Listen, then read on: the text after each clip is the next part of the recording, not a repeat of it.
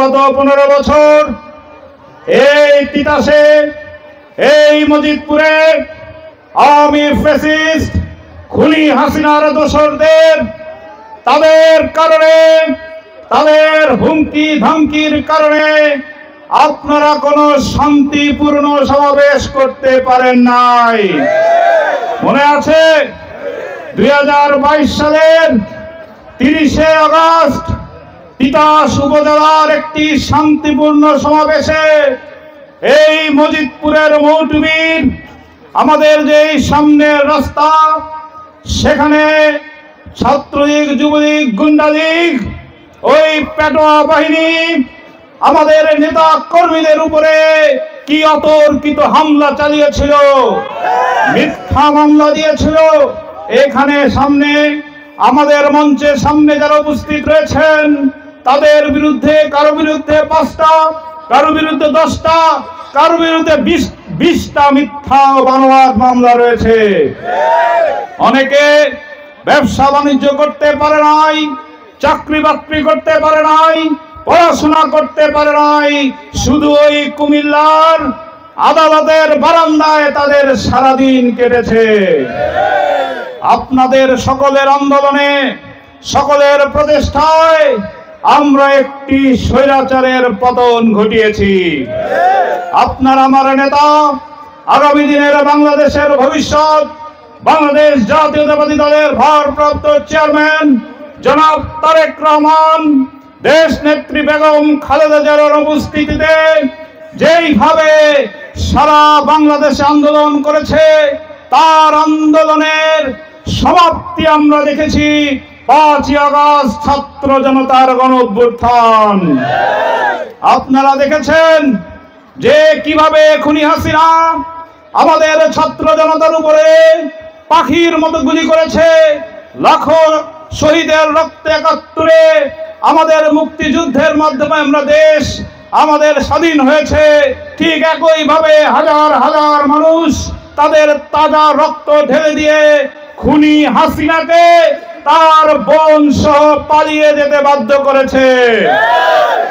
গতকাল 6ই ডিসেম্বর স্বৈরাচারের এরশাদ পতনের দিবস ছিল, কিন্তু এরশাদের পতনের পরে সেই এরশাদ পালিয়ে যায় নাই, জেল খেটেছে। তাই আজ পর্যন্ত জাতীয় পার্টি নামে একটি পার্টির কথা আপনারা শোনেন, কিন্তু শেখ হাসিনা তার বোন নিয়ে পালিয়ে যাওয়ার কারণে, শেখ হাসিনা শেখ মুজিবের সন্তান নির্লজ্জভাবে সেদিন জনগণকে ভয় পেয়ে পালিয়ে যাওয়ার কারণে আজকে কেন আগামী 20 বছর আওয়ামী লীগ খুঁজে পাবেন না? আপনারা জানেন শেখ হাসিনা পালিয়ে যাওয়ার পরে ভারত থেকে চক্রান্ত ষড়যন্ত্র করেন, বিভিন্ন জায়গায় ফোনের মাধ্যমে তার চামচা বাহিনীকে নির্দেশ দেন এই বাংলাদেশে সন্ত্রাস করতে। আমরা বলতে চাই, আপনি জনগণ কর্তৃক প্রত্যাখ্যিত জনরেশে ভয়ে আপনি পালিয়ে গিয়েছেন। পলাতক ব্যক্তি আর কখনো রাজনীতিতে ফিরে আসতে পারে না। আপনার উস্কানিতে আজকে ভারতে মিথ্যা প্রচারণা করছেন। আমি জানি না এখানে আমাদের হিন্দু ভাইরা আছেন কিনা। এই তিতাসে অনেক ইউনিয়নে, অনেক গ্রামে আমাদের হিন্দু ভাইরা রয়েছেন। গত দুর্গাপূজায় আমাদের তিতাস উপজেলা বিএনপির নেতৃবৃন্দ প্রতিটি মণ্ডপকে নিরাপত্তা দিয়েছিল ইমানি দায়িত্ব হিসাবে। তিতাসে কোথাও কোনো হিন্দু ভাই বোনের উপর আক্রমণ, তাদের ব্যবসা প্রতিষ্ঠানের প্রতি আক্রমণ, বাসা বাড়িতে কোনো আক্রমণ হয়েছে? সম্পূর্ণ মিথ্যা বানোয়াট সংবাদ করে আজকে ভারত আমাদের দেশের বিরুদ্ধে ষড়যন্ত্র করতে চায়। আজকে ভারতকে বলতে চাই, আপনার কি সম্পর্ক শুধু শেখ হাসিনার সাথে? এদেশের মানুষের সাথে কি আপনার কোনো সম্পর্ক নাই? শেখ হাসিনা বলেছিলেন এমন কিছু দিয়ে এসেছি যে সারা জীবন নাকি ভারত মনে রাখবে। আমরা প্রশ্ন রাখতে চাই, এমন কি দিয়ে দিলেন? আজকে জনগণ যেখানে গণঅভ্যুত্থানের মাধ্যমে আপনাকে পালিয়ে যেতে বাধ্য করেছে, সেই দেশ আপনার পক্ষে এত মায়া কান্না কাঁদে কেন? আমরা বলতে চাই, গত কয়েকদিন আগে প্রধান উপদেষ্টার সাথে বীর মুক্তিযোদ্ধা ডক্টর খন্দকার মোশাররফ হোসেন সাহেবের নেতৃত্বে বিএনপি, জামাত ইসলাম সহ ছাত্র জনতার যেই বৈষম্য বিরোধী আন্দোলনের নেতৃবৃন্দ সহ সকলে এক হয়ে ঐক্যমত হয়েছে যে বাংলাদেশ আগে, বাংলাদেশের স্বাধীনতা সার্বভৌমত্ব আগে, ভারত থেকে শেখ হাসিনার প্ররোচনায় যদি চক্রান্ত ষড়যন্ত্র হয়, বাংলাদেশের আপামর জনসাধারণ তা মোকাবেলা করবে। আজকে অনেকে বলেন সংখ্যালঘু নাকি হিন্দু সম্প্রদায়ের লোক। এটা আওয়ামী লীগের একটা ষড়যন্ত্র, আওয়ামী লীগের শব্দ এই সংখ্যালঘু। আপনার আমার দলের প্রতিষ্ঠাতা মহান স্বাধীনতার ঘোষক শহীদ রাষ্ট্রপতি জিয়াউর রহমান বলেছিলেন, বাংলাদেশের মুসলমান, হিন্দু, বৌদ্ধ, খ্রিস্টান, বাঙালি ও বাঙালি উপজাতি তারা সকলে বাংলাদেশী। আমরা বাংলাদেশী, আমাদের আর দ্বিতীয় কোনো পরিচয় নাই।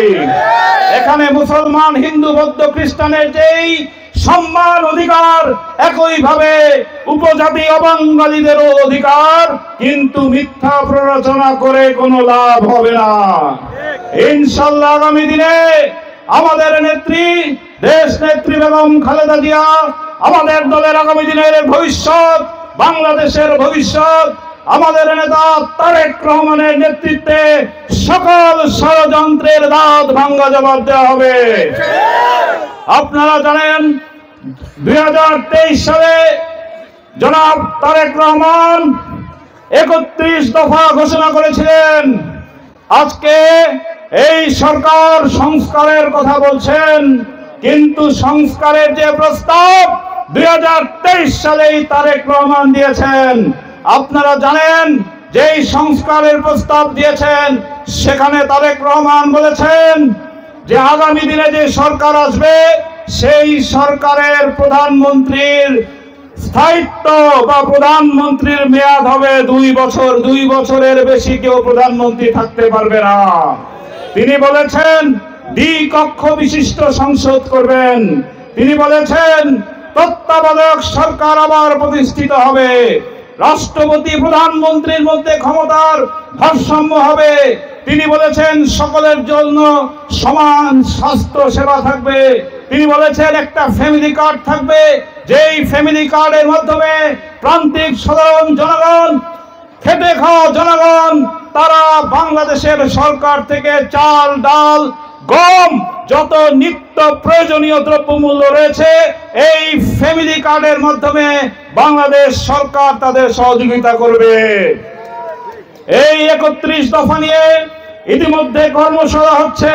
আগামী 10 তারিখে কুমিল্লায় আমাদের এই 31 দফার কর্মশালা হবে এবং আমরা 31 দফা নিয়ে আগামী দিনে আমরা ইনশাআল্লাহ এগিয়ে যাব।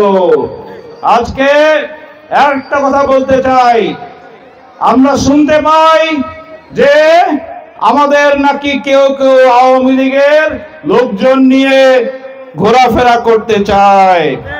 আমরা বলতে চাই, এই আওয়ামী লীগে যারা গত 15 বছর এদেশে সন্ত্রাস, মাদক, খুন, কিশোর গ্যাং সহ এমন কোন নৈরাজ্য, এমন কোন অপরাধ করে নাই। এই তিতাসে ডক্টর খন্দকার মোশাররফ হোসেন সাহেব এই তিতাস উপজেলা 2004 সালে প্রতিষ্ঠা করেন। এই রাস্তাঘাট, বিদ্যুৎ, পানি, গ্যাস, স্কুল, কলেজ, মাদ্রাসা, উপাসনালয় সহ সকল ডক্টর খন্দকার মোশাররফ হোসেন সাহেবের হাতেই হয়েছে। দেশ নেত্রী বেগম খালেদা জিয়ার হাতে হয়েছে। দেশ নেত্রী বেগম খালেদা জিয়া করিকান্দিতে মহান সমাবেশের মাধ্যমে তিতাস উপজেলা প্রতিষ্ঠা করেছিলেন। কিন্তু 2009 সালে এই ফ্যাসিজম আওয়ামী লীগ ক্ষমতায় এসে এদেশের যুব সমাজের হাতে অবৈধ অস্ত্র তুলে দিয়েছে। এদেশের যুব সমাজকে ইচ্ছা করে সুপরিকল্পিতভাবে ধ্বংস করার উদ্দেশ্যে মাদক তুলে দিয়েছিল। এই মাদকের অভয়ারণ্য তিতাস হয়েছিল। এমন এমন গ্রাম ছিল যেখান থেকে অস্ত্র কিনতে যেত, গুলি কিনতে যেত। আপনারা জানেন কিনা? আপনারা এদেশে এই এলাকায় এই সকল সন্ত্রাসীদের কারণে আপনারা রাতে ঘুমাতে পারতেন না। আজকে এই আওয়ামী লীগ, যে আওয়ামী লীগকে জনগণ গণঅভ্যুত্থানের মাধ্যমে বিতাড়িত করেছে, এই আওয়ামী লীগকে নিয়েও নাকি আমাদের কেউ কেউ ঘোরাঘুরি করে এমন অভিযোগ পায়, ঠিক না? আমাদের দলের ভারপ্রাপ্ত চেয়ারম্যান জনাব তারেক রহমান পরিষ্কার বলেছেন, গত 17 বছর যারা আওয়ামী লীগ করেছে, গত 15 বছর যারা বিএনপি থেকে হালুয়া রুটি খাওয়ার জন্য আওয়ামী লীগে গিয়েছে, এই দুই শ্রেণীর লোকের বিএনপিতে কোনো জায়গা নাই। এই যারা এখনো এই ধরনের নির্দেশনা শুনেও না শোনার ভান করে আওয়ামী লীগ নিয়ে ঘোরেন, তাদের হুঁশিয়ারি করে বলে দিতে চাই, তাদের বিরুদ্ধে সাংগঠনিক ব্যবস্থা নেওয়া হবে। কোন আওয়ামী লীগকে কোনো জায়গায় ঢুকানো যাবে না। আমরা গত পরশুদিন কুমিল্লায় আমাদের সাংগঠনিক সভা ছিল, সেখান থেকে আমাদের নেতা কর্মীদের বলে দেওয়া হয়েছে যে আগামী 2 মাসের মধ্যে আমাদের যে 9টা ইউনিয়ন যেগুলো মেয়াদ উত্তীর্ণ কমিটি, সকল কমিটির আহ্বায়ক কমিটি ঘোষণা করতে হবে।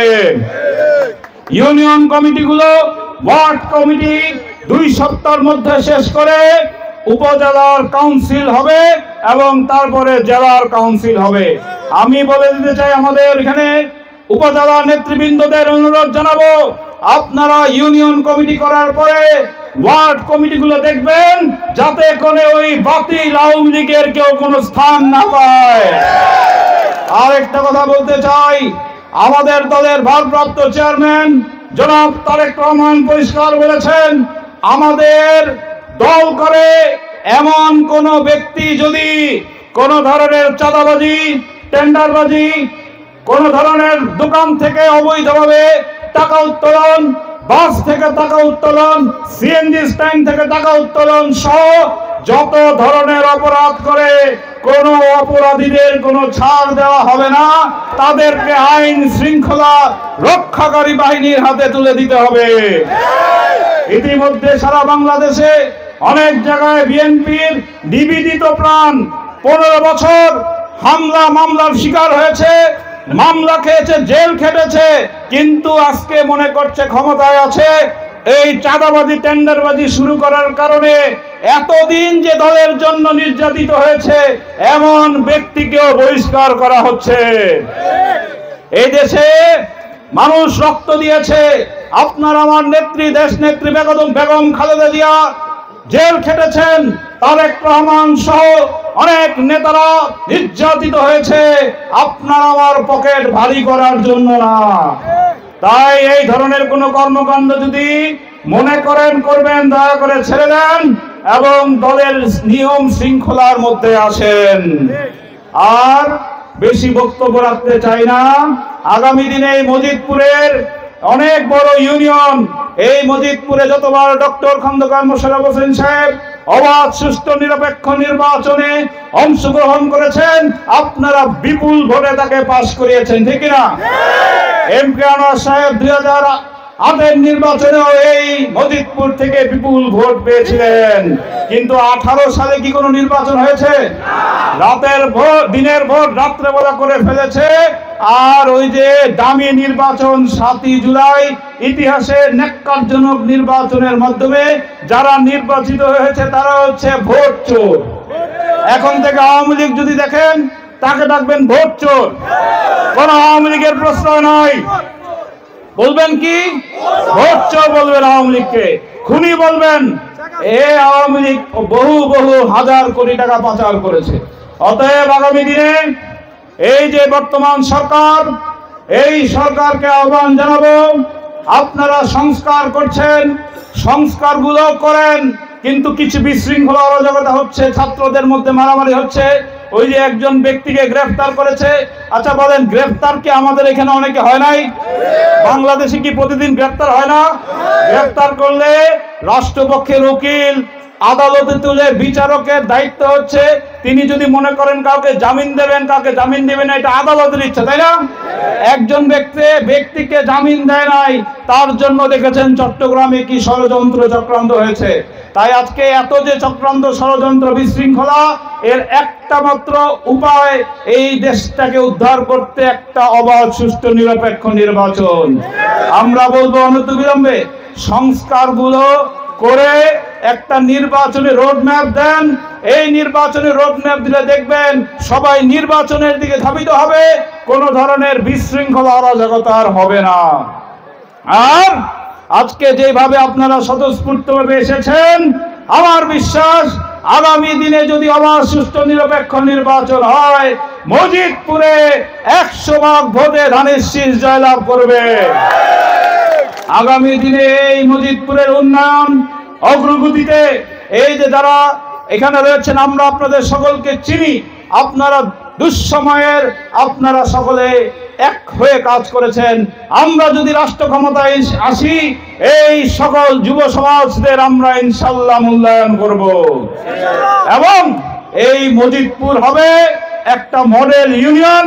আমরা একটা মডেল ইউনিয়ন প্রতিষ্ঠার জন্য এই ইউনিয়নের যত উন্নয়ন করা যায় সকল ক্ষেত্রে আমরা ইনশাআল্লাহ আপনাদের পাশে থাকব।